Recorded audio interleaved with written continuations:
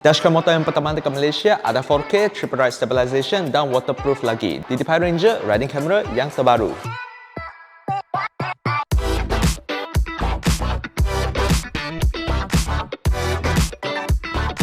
DDPAI Ranger boleh rakam sehingga 4K Ultra HD dan dia datang dengan lens super wide angle. Dia pun ada feature triple ride stabilization. Dengan jalan raya Malaysia yang akak cantik ni, fungsi ni memang baik untuk bagi kestabilan kepada video dan pastikan video kualiti lagi smooth. Video yang korang download pun boleh dapat specialized riding data. Data-data ni termasuk kelajuan motor sendiri, slope angle, kompas dan sebagainya. Dia pun datang dengan feature sense reality sendiri yang merupakan Iron Man overlay yang sangat canggih gila ni. Dari segi design, dia pun ada button navigasi dekat tepi yang carbon fiber ni yang korang boleh tekan untuk tukar fungsi. Dia pun touchscreen tau. Device ni pun siap dengan 128GB MMC storage, so korang tak perlu beli memory card lagi lah. Yang paling best, dia boleh charge masa dia record pakai charging base dia. Lepas korang parking pun senang untuk cabut saja dan simpan dalam bag korang. Tak perlu takut kena curi. Device ni ada IP67 water resistant rating dan dia pun ada metal frame body. So korang tak perlu takut kena hujan, lepas tu dia pun impact resistant lah. Mantap tau Ranger ni. Korang boleh komen opinion korang dekat bawah. Ingat, sekarang bukan saja kereta ada dashcam, tapi motor pun perlu ada dashcam untuk keselamatan sendiri.